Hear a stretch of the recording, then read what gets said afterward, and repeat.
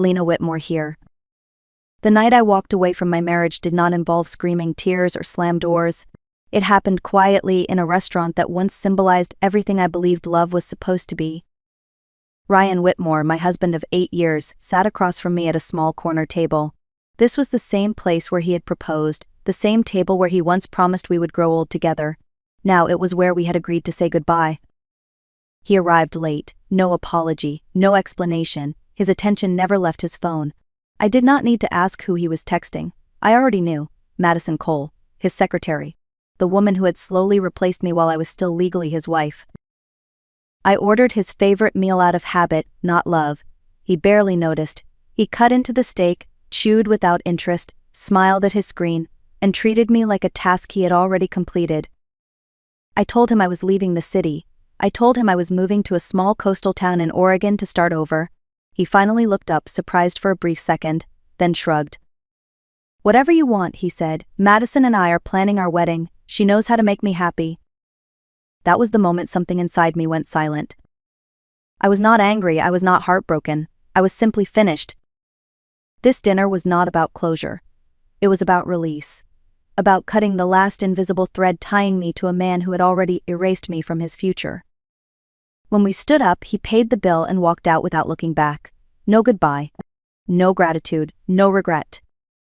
I sat there alone, staring at a plate I could not finish, finally understanding the truth. I was not losing a husband. I was gaining my freedom. And that quiet decision would change everything. People often think a marriage ends because of one dramatic betrayal, a scandal, a fight, another woman. But my marriage did not collapse in one moment. It eroded quietly, day by day, until there was nothing left to save. When Ryan and I first married, we were a team. We were young, ambitious, and building everything together. I believed in him when no one else did. I supported his career, managed our home, and put my own goals on hold, because I thought that was what love required. As his career advanced, something changed. Ryan began to see himself as the center of the world. His work mattered, his stress mattered, his time mattered. Mine became flexible, optional, invisible. Conversations turned into instructions. Affection turned into silence. I became someone who handled logistics, not a partner whose opinions held weight. When I spoke about my work or my ideas, he barely listened. When I was tired, he told me I had it easy. Our marriage became like a house with a beautiful exterior and a crumbling foundation. To outsiders, we looked successful, well-dressed, polite, stable. But inside, I was living with emotional neglect that slowly drained the life out of me. Ryan did not insult me directly. He did something worse. He dismissed me. He made me feel unnecessary, replaceable. I learned to stop asking questions. I learned to stop expecting appreciation. I learned to swallow disappointment and tell myself this was normal. That marriage required sacrifice. That love meant endurance. But there is a difference between compromise and erasure. I was not unhappy because Ryan worked late. I was unhappy because I no longer existed in his life as a person. I was an accessory to his success, a background figure in a story he believed was only about him. By the time Madison appeared, the marriage was already dying. She did not destroy what was strong. She stepped into a space that had been left empty for a very long time. And deep down, I knew it. That realization did not make me furious. It made me tired. When I discovered the truth about Madison, there was no dramatic confrontation, no shouting, no tears splashed across the kitchen floor. What I felt in that moment was not rage. It was clarity. I found the messages by accident. Ryan had left his laptop open on the dining table. A notification appeared, her name, a heart emoji, familiar words that once belonged to me. I read enough to understand everything. They did not talk like two people who had just crossed a line. They spoke like two people already living in a future where I no longer existed. Plans, inside jokes, complaints about me, subtle but cruel. I closed the laptop carefully, as if making noise might shatter the fragile calm holding me together. That night, Ryan came home late. He smelled like unfamiliar perfume and false confidence. He talked about work. He did not look at me. I did not accuse him. I did not ask questions I already knew the answers to. I simply listened. For the first time, I saw him clearly, not as my husband, not as the man I once loved, but as someone who had chosen comfort over honesty and ego over loyalty. I I realized something then. If I screamed, he would deny it. If I cried, he would minimize it. If I begged, he would resent me. So I did none of those things. I made my decision quietly. I contacted a lawyer the next morning. I gathered my documents. I separated what was mine. I stopped sharing my thoughts, my fears, my hopes. Ryan noticed the change but misunderstood it. He thought my silence meant surrender, that I would stay, adjust, accept less like I always had. He was wrong. I did not leave because of Madison. I left because I recognized the woman I was becoming if I stayed, smaller, quieter, slowly disappearing. The day I packed my bags, Ryan asked me why I was being so calm. I told him the truth. Because I am already gone. And this time, I was not coming back. I did not announce my departure to the world. I did not post quotes about healing or freedom. I simply left. 2 weeks after that final dinner, I packed my clothes, my personal documents, and a few objects that still felt like mine. Everything else I left behind. The apartment, the furniture, the life that no longer fit me. I moved to a small coastal town in Oregon called Harbor Pine. It was the kind of place people passed through, not a place they escaped to. Quiet streets, old houses, the sound of the ocean carried on the wind. The house I moved into had belonged to my grandmother, a modest 2-story home with a small garden out front and roses climbing along the stone wall. She used to tell me that roots matter more than appearances. I finally understood what she meant. No one in Harbor Pine knew who I used to be. No one asked about my marriage. No one cared about my past. I was not Ryan Whitmore's wife here, I was just Lena. The first few weeks were strange. The silence felt loud at night. There were moments when I reached for my phone out of habit, only to remember there was no one I needed to update, no one whose approval I was waiting for. I slept better. I breathed deeper. I walked along the shoreline in the mornings and let the cold air clear my thoughts. For the first time in years, my mind was not racing to keep up with someone else's expectations. I did not feel lonely. I felt space. Space to think. Space to remember who I was before I learned how to shrink myself. Space to imagine a future that did not require permission. People assume starting over is terrifying, that it is a sign of failure. But standing in that quiet house, with my suitcases still unopened, I felt something I had not felt in a very long time. Relief. Leaving was not running away. It was choosing myself. And even though I did not know it yet, this quiet town was where my real life was about to begin. Healing did not arrive all at once. It did not come with fireworks or dramatic revelations. It came quietly, through routine, through work, through small moments that slowly stitched me back together. After I settled into the house, I began looking for a job. I had a master's degree in interior design and years of experience I had never fully used. In my marriage, my career had always been secondary, convenient, adjustable. Here, it finally mattered. I applied to a small design studio in town, Stone and Shore Design. It was owned by a man named Daniel Brooks. During the interview, he did not ask about my marital status. He did not ask why I left the city. He asked about my ideas, my taste, my process. That alone felt revolutionary. I got the job within a week. Work became my anchor. I woke up early, walked to the studio, and lost myself in sketches, textures, and plans. No one interrupted me. No one dismissed my opinions. When I spoke, people listened. Daniel trusted me. He gave me responsibility instead of supervision, feedback instead of control, respect instead of expectation. Outside of work, my life remained simple. I cooked for myself. I worked in the garden. I read books I had bought years ago but never had time to open. My phone stayed quiet, and for the first time, that silence felt peaceful, not empty. I did not talk about Ryan. I did not replay old arguments in my head. I stopped wondering what I could have done differently. Healing was not about forgetting the past. It was about no longer living inside it. Little by little, I felt stronger, more present, more real. The woman who had spent years minimizing herself was gone. In her place stood someone quieter, steadier, and far more certain of her worth. I was not rebuilding to prove anything to anyone. I was rebuilding because my life finally belonged to me. The news of Ryan's wedding reached me the way most things from my old life did now. Distant, muted, unimportant. It was my friend Claire who told me. She called one evening while I was cooking dinner, her voice careful, as if she were handling something fragile. "Next Saturday is his wedding," she said. "The big one. Madison is getting everything she ever wanted." I waited for a reaction that never came. No tightness in my chest, no anger, no sadness. Just a brief pause.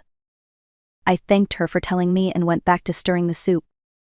In New York, the event was being advertised like a spectacle, a luxury venue, imported flowers, a guest list filled with people Ryan wanted to impress. The kind of wedding designed to prove success rather than celebrate love. Claire kept talking, filling the silence with details she thought might matter to me.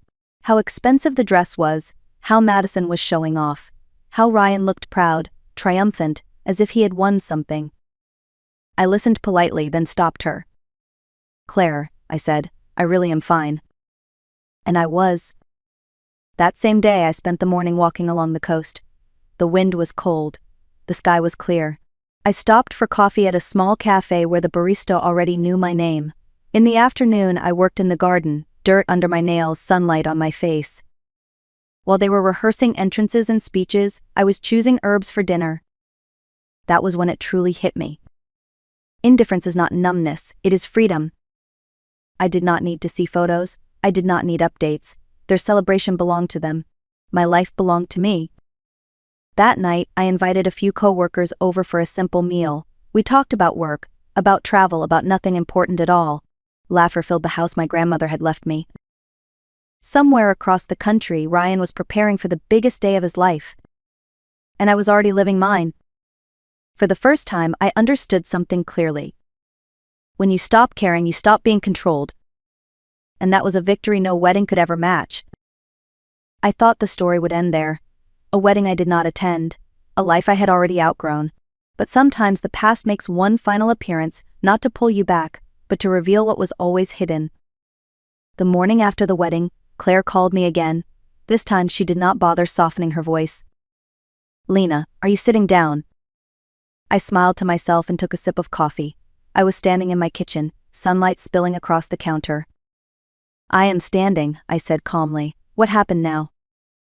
"There was an unexpected guest at the wedding," she said. "Someone who knows you." That caught my attention. It turns out Ryan's father had invited an old business acquaintance, a man named Frank Miller. Frank had known my grandmother years ago, a loud man, friendly, the type who talked more when he drank.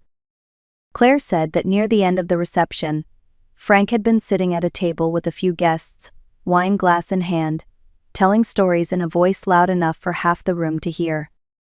He started talking about a trip to Oregon, about a small coastal town, about running into his old friend's granddaughter. My chest tightened just slightly. "He talked about me, Lena," Claire continued, "about how well you were doing, about your house, your garden, your work." Apparently someone at the table asked if I was just visiting. Frank laughed and said no. "She lives there now. Her grandmother left her the house. She is thriving." The guests leaned in. Then someone else asked if I was working. Frank waved his hand and said, "Of course. She works at a design studio. Her boss adores her. Says she just landed them a major hotel project." Claire paused, letting the silence build. "And then," she said, "someone joked that I must be making good money." Frank laughed again. "Salary is nothing. That girl is set for life. Her grandmother left her a fortune. Millions." I closed my eyes. Claire told me that at that exact moment, Ryan and Madison were standing nearby, greeting guests. They heard everything. Word by word. Table by table, the whisper spread. The ex-wife he discarded was not struggling. She was not broken. She was wealthy, independent, free. And the groom. The groom was in debt. One casual comment, one unfiltered truth, and the illusion Ryan had spent years building began to crack in front of everyone he wanted to impress. I did not need to be there. The truth had arrived on its own. According to Claire, the room changed the moment those words landed. At first, Ryan did not react. He stood frozen, his smile stiff, as if his mind was struggling to catch up with reality. Madison's hand tightened around his arm, her expression locked somewhere between shock and calculation.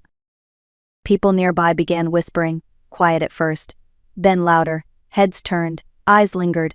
Phones were lowered, forgotten in hands that suddenly wanted to know more. Ryan had built his identity on perception, success, control, superiority. And now, in a matter of seconds, that carefully polished image was cracking. Someone laughed awkwardly. Another guest asked a question that should never be asked at a wedding. Is that true? Ryan turned toward Madison, not gently, not lovingly. He looked at her like a man realizing the ground beneath him was gone. What did he mean? Ryan asked, his voice sharp. About millions. Madison tried to smile. She tried to brush it off. You know how drunk people exaggerate, she said. But the doubt had already taken root. Then someone else spoke up, a man from the finance sector. He mentioned a rumor about Ryan borrowing money, a small amount, just to cover some expenses. That was when Ryan lost control. His voice rose. Glasses rattled on the tables. He demanded answers. Madison tried to pull him away, whispering that people were watching. But it was too late. Ryan grabbed a champagne glass and crushed it in his hand. Blood spilled onto the white tablecloth. Someone screamed. Music stopped. He shouted. Accusations, regret, fury, all of it exploded at once. You lied to me, he yelled. You made me look like a fool. Guests backed away. Parents rushed forward. Staff froze in place. The wedding had turned into a spectacle no one could ignore. Ryan flipped a table. Food crashed to the floor. The cake stood untouched for a brief second, then followed everything else into chaos. Madison cried. Her perfect dress was stained, her crown slipped from her hair. This was the cost of living for appearances. When the image breaks, there is nothing left to hold you together. The man who once believed he had won everything stood in the center of the room, exposed, humiliated, and completely alone. I was miles away, watering plants in my garden. And yet, the truth had finally reached him. Not through revenge. Through reality. What happened at the wedding did not stay in that ballroom. According to Claire, videos began circulating before the guests even reached their cars. A groom screaming, tables overturned, blood on a white tablecloth, a bride crying while people recorded instead of helping. By morning, the footage was everywhere. Ryan's business partners saw it. Clients saw it. Investors who once praised his discipline and leadership saw a man who could not control his emotions in public, let alone in a boardroom. Meetings were canceled. Calls went unanswered. Contracts were quietly withdrawn. No one needed an explanation. Reputation speaks for itself. Within weeks, the company Ryan had built began to collapse. Senior employees resigned. They took clients with them. No one wanted to stay loyal to a leader who had become a liability overnight. Madison disappeared from public view just as quickly. The pregnancy she had spoken about so proudly was suddenly never mentioned again. Whispers followed her instead of admiration. Doors closed where they once opened. Ryan tried to salvage what he could. Dinners with potential clients. Promises he could not keep. Apologies that came too late. But trust, once broken, does not return on demand. Claire told me he started drinking heavily. That he looked older.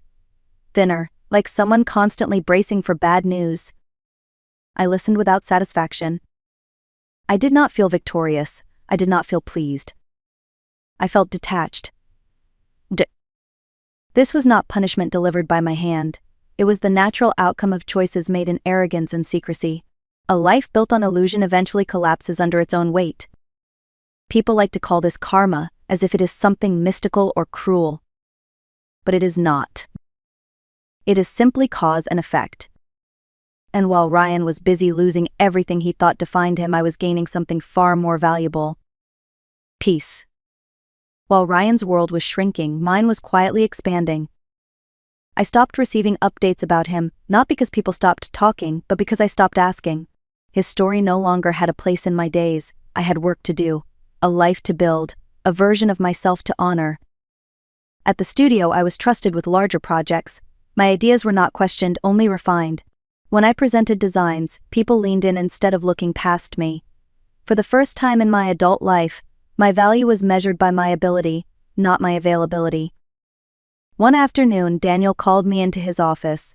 He thanked me for my work, then offered me a raise and more responsibility on an upcoming project. I remember walking home afterward with a strange feeling in my chest. Pride. Not the loud kind, the quiet kind that settles deep and stays. At home, the garden was in full bloom, roses climbing higher, herbs thriving. Every plant felt like proof that care, given consistently, creates growth. I spent my evenings reading, cooking, learning new things. I signed up for classes I had postponed for years. I traveled alone without explaining myself to anyone. I did not need validation. I did not need witnesses. I realized something important during those months. I had not escaped a bad marriage. I had escaped a version of myself that believed love required sacrifice without limit.